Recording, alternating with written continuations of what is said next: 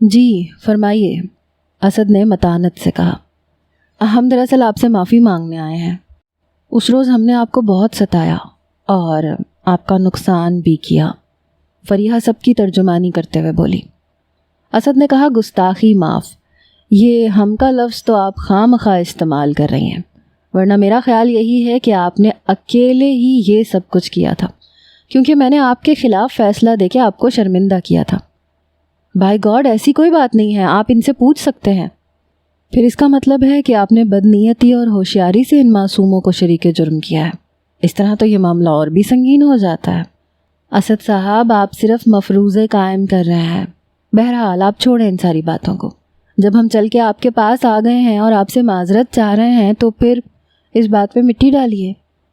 ہم اس بات پر بھی آپ کے مشکور ہیں کہ آپ نے خالہ جان سے ہماری شرارت کا تذکرہ نہیں کیا۔ اچھا چلیں، آپ کے بقول ہم مٹی ڈال دیتے ہیں اس بات پہ۔ اب فرمائیے آپ کیا چاہتی ہیں؟ ہم یہ چاہتے ہیں کہ آپ کل سے اس دن کی طرح برآمدے میں تشریف فرما ہوا کریں اور ہمارا میچ دیکھا کریں۔ منجلی نے کہا، اس کا نام شاہین تھا۔ اسد نے کہا، آپ سیدھی طرح یہ کیوں نہیں کہتی کہ آپ کو بار بار گیند اٹھا کے دینے کے لیے ایک رضاکار کی ضرورت ہے؟ توبہ اللہ، کتنے شکی ہیں آپ، فریحہ نے کہا۔ بائی گاڈ، ایسی کوئی بات نہیں ہے، ہم تو صرف یہ چاہتے ہیں کہ آپ ہمیں کھیلتے ہوئے دیکھیں۔ سنا ہے کہ اشفاق بھائی کی طرح آپ بھی بڑی اچھی کرکٹ کھیلتے ہیں۔ جب آپ ہمیں کرکٹ کھیلتے ہوئے دیکھیں گے اور ہماری غلطیاں نکالیں گے تو ہمیں بڑا اچھا لگے گا۔ اس قسم کی سچویشن میں بڑا چارم ہوتا ہے۔ اچھا آپ کہتی ہیں تو میں مان لیتا ہوں، اسد نے کہا۔ اگلے روز پھر وہ سلسلہ شروع ہو گیا۔ اسد برآمدے میں بیٹھ گیا اور اوپر بالکنی میں میچ ہونے لگا۔ گزرنے والے ہر دن کے ساتھ اسد اپنے نئے شب و روز میں جذب ہوتا چلا جا رہا تھا۔ شہر کی تیز رفتار زندگی اسے تنہا بیٹھنے اور سوچنے کا بہت کم موقع دیتی تھی۔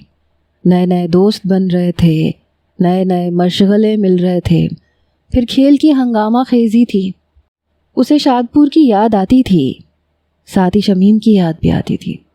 وہ سوچتا تھا کہ شمیم اس وقت کیا کر رہی ہوگی، اس نے کس رنگ کے کپڑے پہنے ہوں گے، کیا وہ بھی اسد کے بارے میں سوچتی ہوگی، کیا اسے اسد کی کمی محسوس ہوتی ہوگی۔ جب وہ بیاہ کے ساہیوال چلی گئی تھی تو اسد کو بھرا پورا شادپور ایک لکو دک ویرانہ لگنے لگا تھا۔ کیا شمیم کے لیے بھی شادپور کی رونقیں کم ہوئی ہوں گی؟ وہ جب یاد آتی تھی اتنی شدت سے آتی تھی کہ اسد کو اپنی رگیں ٹوٹتی ہوئی محسوس ہوتی تھیں۔ پاؤں کے ناخنوں سے سر کے بالوں تک ایک آگ اس کے اندر بھڑک اٹھتی تھی۔ ایسے میں اگر وہ کھیل کے میدان میں ہوتا تھا تو بے حد جارحانہ موڈ میں آ جاتا تھا۔ خاص طور سے اگر بیٹنگ کر رہا ہوتا تھا تو بولر کے لیے اسے سنبھالنا مشکل ہو جاتا تھا۔ ایک روز ایک کلب میچ میں اس نے اتنی جارحانہ بیٹنگ کی کہ قدیر صاحب بھی بے ساختہ شاباش دینے پہ مجبور ہو گئے۔ اسد کے شوق کو جو ایک چیز اور ہوا دے رہی تھی وہ تھی کلب میں سجاد کی موجودگی۔ سجاد ایک لمبا تڑنگا اور اکھڑ مزاج نوجوان تھا۔ پیشانی پہ کسی پرانی چوٹ کا نشان تھا۔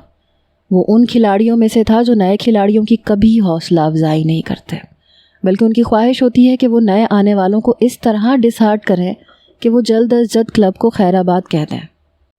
سجاد اور اس کے ایک دو دوستوں نے پہلی فرصت میں ہی اسد کو پینڈو کا خطاب دے دیا تھا۔ وہ اس کی ہر حرکت کو تنقید کا نشانہ بنانے کی کوشش کرتے۔ اسد بالوں کو تیل لگاتا تو وہ ان کو کھٹکتا، وہ لسی پیتا تو وہ ان کو بری لگتی، اس کے لباس کو وہ تنقید کا نشانہ بناتے۔ اسد ان ساری باتوں کا جواب کھیل کے میدان میں دیتا تھا۔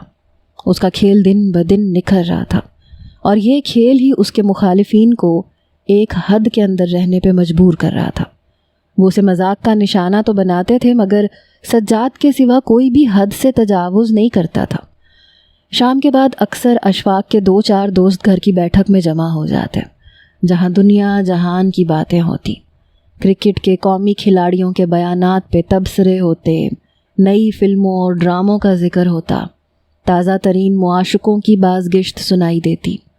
جب کوئی لڑکا آنکھوں میں روشنی کی چمک لیے میٹھے میٹھے انداز میں اپنی رومانی کامیابیوں اور کامرانیوں کے قصے سناتا تو بے ساختہ اسد کے دل پہ چوٹ سی لگتی۔ شمیم کا چہرہ اس کی نگاہوں میں گھوم جاتا اور اس کے ساتھ ہی وہ برساتی بھی جس کے اندر نہ جانے کتنی بے کل راتیں اسد نے شمیم کے انتظار میں گزاری تھیں۔ اس کے گلے میں ایک نمکین پھندا سا لگ جاتا جب وہ کسی لڑکے سے اس کی رومانی فتح کے گرما گرم واقعات سنتا۔ اس کا بدن ایک خشک جنگل کی شکل اختیار کر جاتا اور اس جنگل میں دیکھتے ہی دیکھتے شعلے بھڑک اٹھتے۔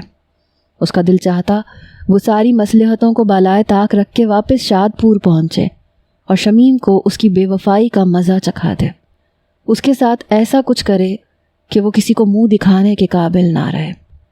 مگر بہت جلدی وہ خود ہی اپنے اس خیال کو رد کر دیتا۔ وہ سوچتا کہ شمیم کو اس طرح سے حاصل کیا تو کیا تیر مارا۔ بات تو تب ہے جب وہ اس کے پیار کی طاقت کو تسلیم کرے اور خود چل کے اس کے پاس پہنچے۔ انہی دنوں ایک کلب کے ساتھ ہونے والے میچ میں اسد نے زبردست کارکردگی دکھائی۔ اس کی ٹیم کو 5 اووروں میں میچ جیتنے کے لیے 8 رنز فی اوور کی اوسط سے 40 رنز کی ضرورت تھی اور آخری 2 کھلاڑی کریز پہ تھے۔ ابھی میچ کی آخری گیند باقی تھی کہ اسد نے آن سائیڈ پر ایک زوردار چوکا لگا کے اپنی ٹیم کو میچ جتوا دیا۔ مذکورہ میچ میں بہترین وننگ کارکردگی دکھانے پہ اسد کی چھوٹی سی تصویر اخبار کے کھیلوں والے صفحے پہ شائع ہوئی۔ نہ جانے کیوں وہ تصویر دیکھ کے اسد کے دل میں امنگ جاگی کہ یہ تصویر شمیم کی نظروں سے بھی گزرے گی۔ تصویر شمیم کی نظروں سے تو معلوم نہیں کہ گزری یا نہیں، مگر فریحہ اور اس کے گھر والوں کی نظروں سے ضرور گزری۔ انہوں نے خالہ جی کو اور خالو جان کو بھی بتایا، سب خوش ہوئے۔ اگلے روز اچانک شادپور سے چچا شوکت کا فون آ گیا۔ یہ تیسرا فون تھا جو پچھلے 2 ہفتوں میں انہوں نے کیا تھا۔ چچا جان نے فون پہ ہی اسد کے خوب کان کھینچے۔ انہوں نے کہا، خبیث پورے 4 مہینے ہو گئے ہیں تجھے، یوں لگتا ہے لاہور نہیں گیا، ملک سے باہر چلا گیا ہے تو۔ غلط بیانی کی بھی حد ہوتی ہے، ہر بار یہی کہتے ہو کہ اس اتوار پہ آؤں گا۔ میں وعدہ کرتا ہوں۔ کوئی وعدہ نہیں، چچا گرجے، شام 5 بجے سے پہلے تمہیں شادپور ہونا چاہیے، ورنہ میں اسی وقت گاڑی پہ سوار ہو جاؤں گا لاہور آنے کے لیے۔ لیکن چچا جان مجھ سے بات مت کرو، انہوں نے پیار آمیز غصے سے ڈانٹا۔ آپا جان کا رو رو کے برا حال ہے، بس فوراً سے پہلے پہنچو۔ انہوں نے فون بند کر دیا۔ چاروں ناچار اسد کو جانا پڑا۔ جب وہ پختہ سڑک سے شادپور جانے والے کچے پکے راستے پہ مڑا تو اس کے سینے میں ایک میٹھا میٹھا سا درد لہریں لے رہا تھا۔ وہ سوچ رہا تھا 4 مہینے بعد شمیم کو دیکھنا کیسا لگے گا۔ اس کی خوبصورت آنکھوں میں شکووں شکایتوں کی عبارت پڑھنا کیسا تجربہ ہوگا۔ کیا وہ اس سے بات کرے گی؟ کیا وہ اپنے اٹل فیصلے کو بدلنے پہ آمادہ ہو جائے گی؟ عبداللہ کہتا تھا کہ دوری میں جادو ہوتا ہے، کیا یہ جادو شمیم کی بے رخی پہ بھی چلے گا؟ مگر شادپور پہنچ کے اس کی ساری امیدوں پر اوس پڑ گئی۔ شمیم تو شادپور میں تھی ہی نہیں۔ 1 ہفتہ ہوا وہ خالہ صباحت کے گھر گئی ہوئی تھی۔ خالہ کے ہاں بچے کی پیدائش ہونے والی تھی۔ خالہ سے شمیم کو بہت پیار تھا۔ وہ ان کے گھر کی دیکھ بھال اور کام کاج کے لیے چلی گئی تھی۔ پتہ نہیں کیوں اسد کو ہر اس فرد سے رقابت محسوس ہوتی تھی جو شمیم کو پیارا لگتا تھا۔ اب بیٹھے بٹھائے اسے بیچاری مسکین صورت خالہ صباحت پر تاؤ آنے لگا۔ امی جان، ابا جان، عبداللہ اور دوسرے عزیزوں سے ملنا اسے اچھا لگا، مگر 2 دن بعد ہی اس کا دل شادپور سے اچاٹ ہو گیا۔ اسے لگا جیسے شمیم کے بغیر شادپور میں رہنا ایسے ہی ہے جیسے جسم پہ کسی ایسی جگہ خارش کی جائے جہاں خارش ہو ہی نہیں۔ تیسرے دن لاہور کے ایک اہم گراؤنڈ میں اس کا میچ بھی تھا۔ وہ دوسرے روز ہی رات کو لاہور واپس آ گیا۔ رات 9 بجے کا وقت تھا۔ اشفاق کے دوست آئے ہوئے تھے۔ اس کے اکثر دوست کرکٹر ہی ہوتے تھے، مگر یہ دونوں لڑکے ڈیل ڈول سے کھلاڑی نظر نہیں آتے تھے۔ وہ برآمدے میں کھڑے ہو کے اشفاق سے دبی دبی سرگوشیاں کر رہے تھے۔ اشفاق پہلے تو انکار میں سر ہلاتا رہا، پھر نیم رضامند نظر آنے لگا۔ اشفاق کے دوستوں میں سے ایک لمبا تڑنگا لڑکا گیا اور اپنی گاڑی کے اندر سے کپڑے میں لپٹی ہوئی کوئی شے لے کے آیا۔ یہ VCR تھا۔ اشفاق نے بڑی خاموشی سے اسد کے کمرے سے ٹی وی سیٹ اٹھایا اور اسے ڈرائنگ روم میں لے گیا۔ یہ کیا کر رہے ہو بھائیو؟ اسد نے کہا فلم دیکھنی ہے تو میرے کمرے میں ہی دیکھ لیتے. نہیں, وہاں خطرہ رہے گا, ابو کسی بھی وقت اندر جھانک سکتے ہیں. یار کوئی پہلی بار تو فلم نہیں دیکھ رہے. تم بھی نرے پینڈو ہو, اشفاق نے سرگوشی کی. کھوتے یہ ذرا اور طرح کی فلم ہے. اسد سٹپٹا کے رہ گیا. ذرا اور طرح کی فلم؟ اس کے بارے میں اس نے سنا تو تھا لیکن اس تجربے سے بچا ہوا تھا. اس روز نادان دوستوں کی مہربانی سے یہ تجربہ بھی ہو گیا. ہالی ووڈ، انڈیا اور پاکستان کی رنگیلی بھڑکیلی فلمیں وہ پہلے بھی دیکھ چکا تھا، مگر یہ فلم ہر حد سے گزری ہوئی تھی. فلم کیا تھی؟ بے شرمی کو تصویر کیا گیا تھا. اس نے آدھی فلم دیکھ کے اٹھنا چاہا مگر اشفاق اور اس کے دوستوں نے پینڈو کا تانا دے کے اسے روک لیا. اگلا سارا دن اس کا ذہن پراگندہ رہا. کھیل میں بھی دل نہیں لگا. صبح کی نیٹ پریکٹس کے بعد 25 اوورز کا ایک میچ بھی تھا. یہ میچ بھی اسد نے منتشر ذہن سے کھیلا. جبھی اچانک اس کے ذہن میں ایک بجلی سی کوندی. رات کو وہ لوگ فلم کی کیسٹ VCR کے اندر ہی چھوڑ کے سو گئے تھے. صبح سویرے نیٹ پہ آتے ہوئے کیسٹ نکالنے کا خیال اسد کو آیا اور نہ اشفاق کو. او خدا، اگر کسی نے VCR آن کر کے دیکھ لیا تو کیا ہوگا؟ خالہ جان تو اکثر ٹی وی لگا لیا کرتی تھی. اسد نے نیٹ پریکٹس وہیں پہ چھوڑی اور بھاگم بھاگ گھر پہنچا. سب سے پہلے اس نے خالو جان کے تاثرات دیکھے. وہ آرام کرسی پہ نیم دراز تھے اور نارمل ہی نظر آ رہے تھے. خالہ جان بھی عام سے تاثرات کے ساتھ دکھائی دی، مگر جب اس نے VCR پہ نگاہ دوڑائی تو اس کا کپڑا ہٹا ہوا تھا اور لگ رہا تھا کہ اس کے ساتھ چھیڑ چھاڑ ہوئی ہے. خالہ جان نے کہا، بیٹا اسد جلدی آ گئے آج؟ بس یوں ہی، کھیل جلدی ختم ہو گیا تھا. پھر ذرا توقف سے بولا، خالہ جان وہ وہاں ڈرائنگ روم میں کوئی گیا تو نہیں تھا؟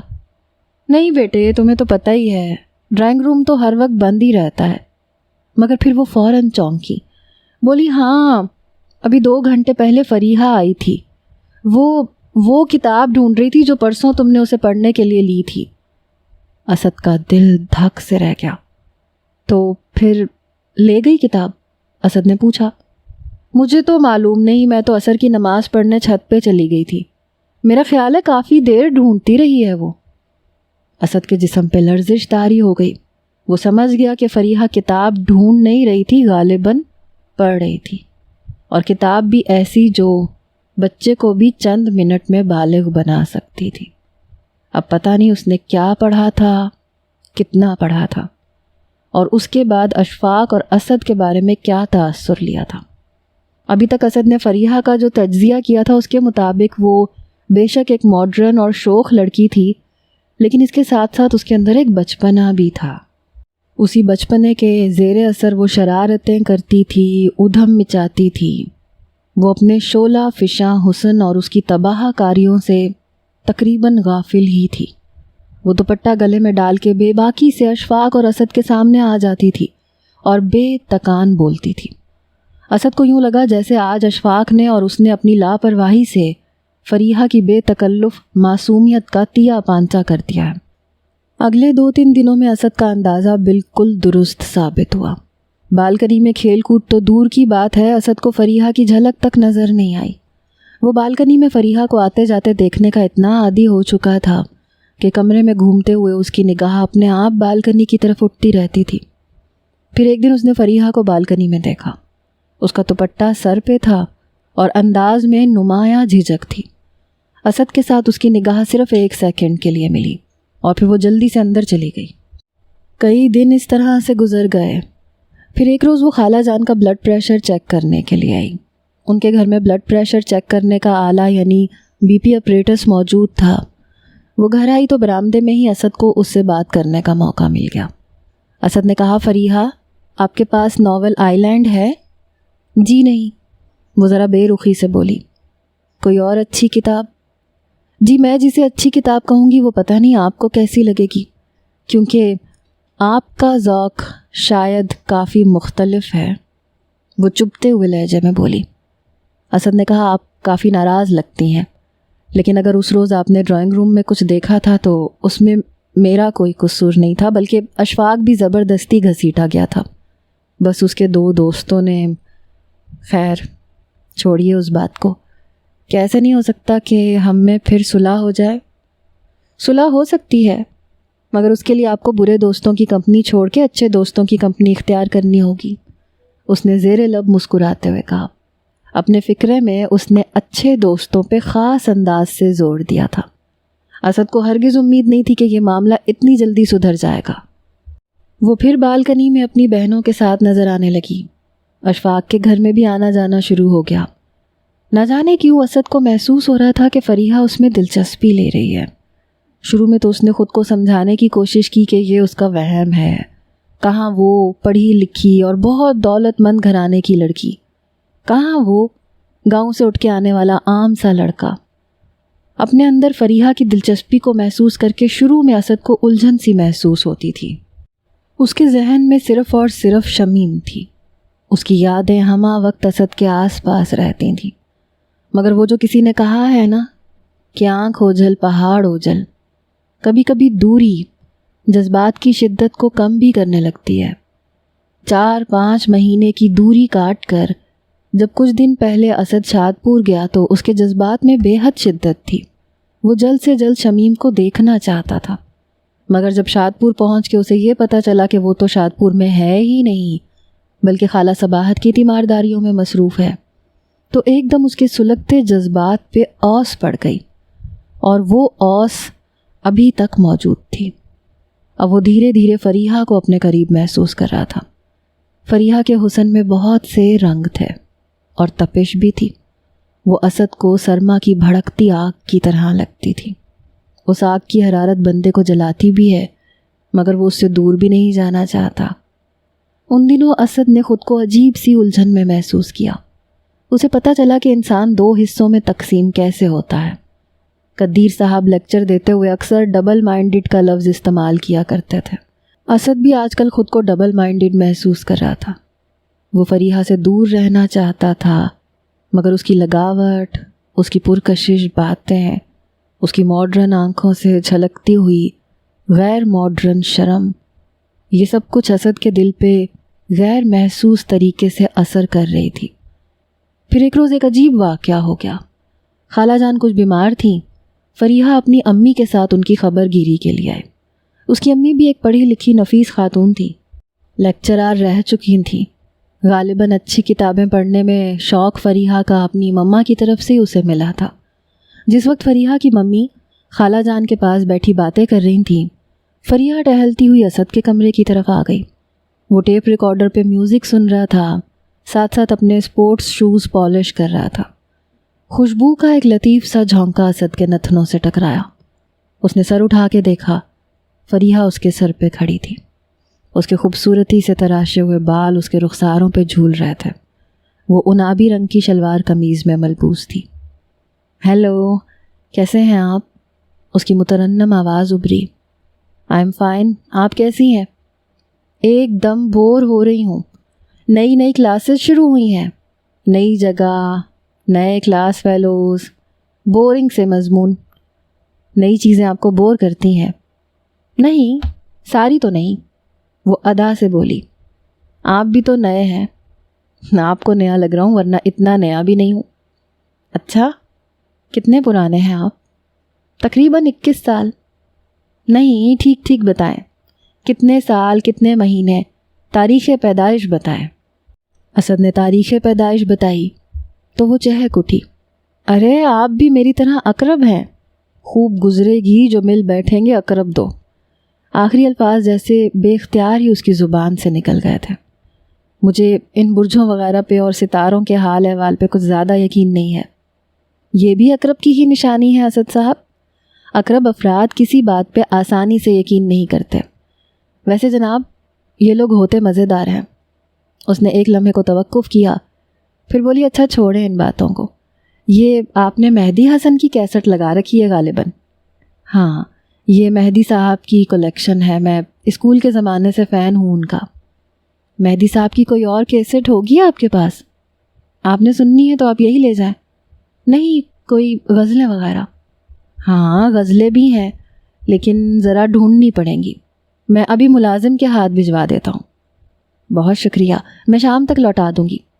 بھائی اتنا پرتکلف ہونے کی ضرورت نہیں، آپ سن لیں 2-4 دن، ایسی کوئی جلدی نہیں ہے۔ فریحہ چلی گئی۔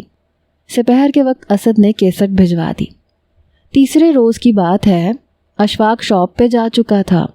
خالہ جان گھریلو ملازم ماچھو کے ساتھ قریبی کلینک میں گئی ہوئی تھی۔ خالو جان چھت پہ دھوپ سینک رہے تھے۔ فون کی گھنٹی بجی۔ اسد نے کامن روم میں جا کے فون اٹھایا۔ دوسری طرف کی آواز سن کے وہ بری طرح سے چونک گیا۔ فریحہ کی آواز تھی۔ ہیلو، آپ کہاں سے بات کر رہی ہیں؟ آپ کے بالکل قریب سے، یعنی اپنے گھر سے۔ تو پھر محکمہ ٹیلی فون کو بیچ میں لانے کی کیا ضرورت تھی؟ اپنے گھر کی کوئی بھی کھڑکی کھول کے ہم میں سے کسی کو بھی مخاطب کر لیا ہوتا۔ یہ فون بھی تو ایک کھڑکی جیسا ہی ہے، وہ اجنبی سی آواز میں بولی، مگر اس کھڑکی میں پردہ لگا ہوتا ہے اور بولنے والے کی شکل نظر نہیں آتی۔ کچھ باتیں ایسی ہوتی ہیں جو پردے کے پیچھے سے ہی ٹھیک رہتی ہیں۔ فریحہ کی آواز کے ارتعاش نے اسد کو چونکا سا دیا۔ کیا بات ہے فریحہ، آپ ٹھیک تو ہیں؟ میرا مطلب ہے آپ کی طبیعت؟ میں تو بالکل ٹھیک ہوں، لیکن آپ کی طبیعت کچھ نامناسب لگتی ہے۔ فریحہ کی باتیں اسد کو الجھا رہی تھیں۔ اس نے کھنکار کے گلا صاف کیا، بولا میں آپ کی بات سمجھ نہیں پا رہا۔ دوسری طرف چند لمحے خاموشی رہی، بس فریحہ کی ریشم کی طرح سرسراتی ہوئی سانس سنائی دیتی رہی۔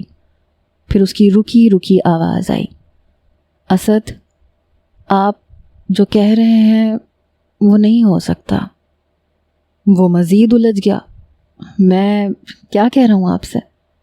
غالباً دوسری طرف وہ مسکرائی، بس زیادہ انجان نہ بنیے، آپ کو سب معلوم ہے۔ کیا معلوم ہے؟ وہی جو آپ نے کہا ہے۔ یہی تو میں پوچھ رہا ہوں، میں نے کیا کہا ہے؟ بس ہم اچھے دوست ہیں اور کچھ نہیں۔ اچھا، خدا حافظ۔ فریحہ میری بات تو سنو۔ خدا حافظ۔ اس کے لہجے میں ہلکی سی شرارت بھی تھی۔ فریحہ فون بند مت کرنا۔ خدا حافظ۔ اس کے ساتھ ہی سلسلہ منقطع ہو گیا۔ اسد کی سمجھ میں کچھ نہیں آ رہا تھا، یہ فون پہ فریحہ کس طرح کی گفتگو کر گئی تھی۔ ابھی وہ یہی سوچ رہا تھا کہ دروازے پہ بیل ہوئی۔ اسد نے جا کے دروازہ کھولا۔ سامنے فریحہ کی سب سے چھوٹی بہن نادیہ جاگنگ سوٹ پہنے کھڑی تھی۔ یہ آپ کی کیسٹ بھائی جان، اس نے کہا، اور مہدی حسن کی غزلوں کی کیسٹ اسد کو تھما کے واپس چلی گئی۔ اسد خالی خالی نظروں سے کیسٹ کو دیکھ رہا تھا۔ اچانک اس کے دماغ میں پھل جھڑی سی چھوٹ گئی۔ اس کے ساتھ ہی وہ تیزی سے کمرے میں آیا۔ اس نے کیسٹ کو ٹیپ ریکارڈر میں ڈال کے تھوڑا سا ریوائنڈ کیا، پھر پلے کر دیا، اور اس کے جسم میں سردی کی لہریں دوڑنے لگی۔ اس کی اپنی ہی آواز اس کے کانوں سے ٹکرائی۔ تمہیں خبر نہیں ہے میرے رات دن کتنی بے چینی سے گزر رہے ہیں۔ میرا ہر پل تمہارے انتظار کی سولی پہ کٹتا ہے۔ بس میرا کمرہ ہے اور تمہارا انتظار ہے۔ یہ انتظار میرے جسم میں، میری روح میں، میرے خون میں اندر تک اترتا چلا جا رہا ہے۔ میں زیادہ کچھ نہیں کہوں گا کیونکہ زیادہ کہنے کا حوصلہ نہیں رہا۔ بس اتنا کہتا ہوں کہ گزری راتوں کی طرح آج رات بھی میں تمہارا انتظار کروں گا۔ یوں تو یہ انتظار ساری رات کا ہوگا، لیکن 9 بجے سے 10:30 بجے تک اس انتظار کی شدت انتہا کو چھوتی رہے گی۔ اسد نے ٹیپ ریکارڈر بند کیا اور سر پکڑ کے بیٹھ گیا۔ اس نے یہ آواز کئی ماہ پہلے شمیم کے لیے ریکارڈ کی تھی، لیکن اسے بھیجی نہیں تھی۔ اپنے ان ریکارڈڈ شدہ جملوں میں اس نے احتیاطاً کہیں پہ بھی شمیم کا نام نہیں لیا تھا۔ کل یا پرسوں یہی آواز فریحہ نے سنی اور اسے خود سے منسوب کر لیا۔ یہ ساری حالات کی کرشمہ کاری تھی، اور اس کرشمہ کاری نے اسد کو ششدر کر دیا تھا۔ یہ ایک ایسا اظہار محبت تھا جو اسد ہرگز نہیں کرنا چاہتا تھا، اور اگر وہ کرنا بھی چاہتا تو شاید نہ کر سکتا، لیکن یہ ہو گیا تھا، اور اتنی شدت سے ہوا تھا کہ الامان، یعنی سیدھے سیدھے اس نے لڑکی کو اپنے کمرے میں بلا لیا تھا۔ اسد کے دل کی کیفیت عجیب سی ہو گئی۔ ایک بار تو اس کے دل میں آئی کہ فون اٹھا کے فریحہ کا نمبر ڈائل کرے اور اسے بتا دے کہ حقیقت کیا ہے، مگر پھر وہ یہ بھی نہ کر سکا۔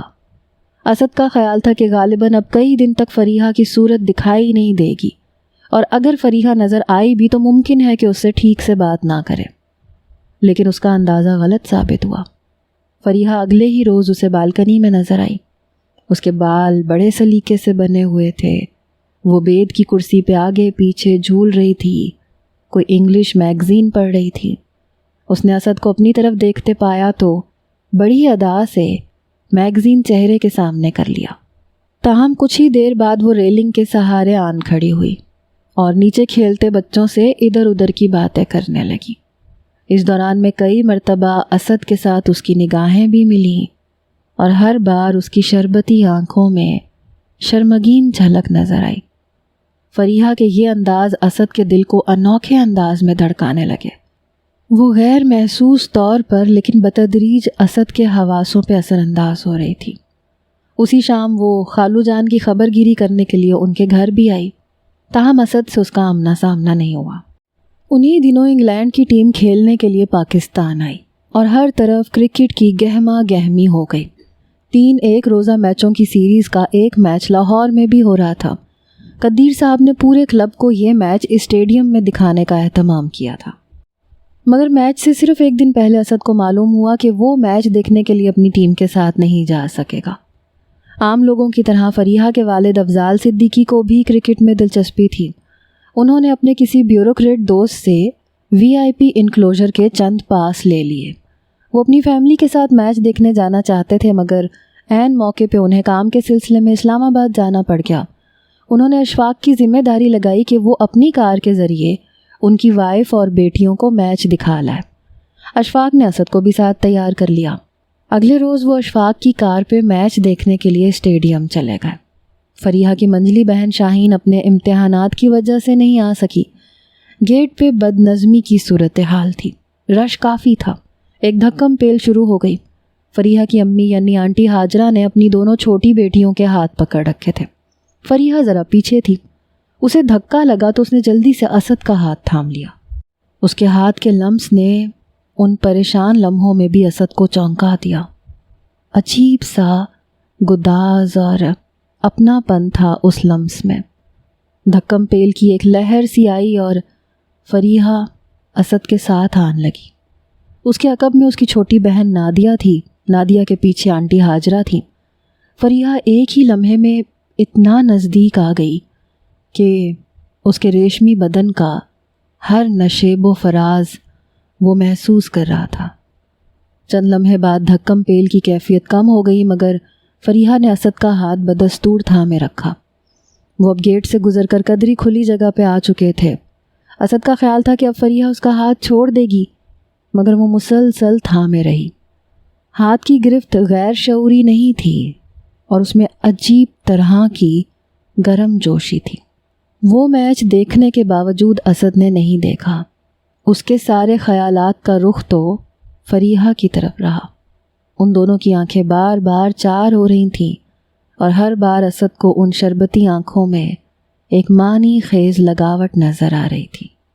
کیسٹ سننے کے بعد فریحہ نے جو بات کہی تھی فون پہ، اس میں اس نے یہ اسد سے کہا تھا کہ ان کے تعلق کو بس دوستی تک ہی رہنا چاہیے، لیکن اب اس کی آنکھوں میں جو رنگ نظر آ رہا تھا وہ دوستی سے بہت آگے کی چیز تھا۔ اس روز تو اشفاق نے بھی اس سے کہہ دیا، یار اسد، تم تو مجھے بڑے چھپے رستم لگ رہے ہو، دال میں کچھ کالا کالا نظر آ رہا ہے مجھے۔ تمہیں غلط فہمی ہوئی ہے یار، کہاں وہ کروڑ پتی باپ کی پڑھی لکھی بیٹی، کہاں ہم آوارہ گرد کھلنڈڑے اور پینڈو بھی۔ اشفاق نے اس کا فقرہ مکمل کیا تو وہ دونوں کھلکھلا کے ہنس دیے۔ اسد نے اشفاق کو ابھی تک وہ مہدی حسن کی کیسٹ والی بات نہیں بتائی تھی۔ اگلے روز اسد نیٹ پریکٹس کے بعد گھر واپس آیا تو فریحہ کی پوری کوٹھی تاریکی میں ڈوبی ہوئی تھی۔ وہ چونک گیا۔ اس کے دل نے گواہی دی کہ وہ لوگ گھر پہ نہیں ہیں، شاید کہیں چلے گئے ہیں۔ تاہم چند منٹ بعد جب سب سے چھوٹی نادیہ نے بالکنی سے بلند آواز میں بھائی جان پکارا تو اسد کا اندازہ غلط ثابت ہو گیا۔ کیا بات ہے؟ اسد نے برآمدے میں آ کے پوچھا۔ ممی آپ ہی کا انتظار کر رہی تھیں، ہماری بجلی خراب ہو گئی ہے، خالہ جان نے کہا تھا کہ آپ بجلی ٹھیک کر لیتے ہیں۔ ہوا کیا ہے؟ وہ آپ خود آ کے دیکھیے نا۔ بالکنی سے فریحہ کی آواز آئی تو اسے جانا ہی پڑا۔ وہ پہلے بھی 2-3 بار فریحہ کے گھر جا چکا تھا۔ یہ کوٹھی باہر سے جتنی بڑی تھی، اندر سے اتنی ہی خوبصورت بھی تھی۔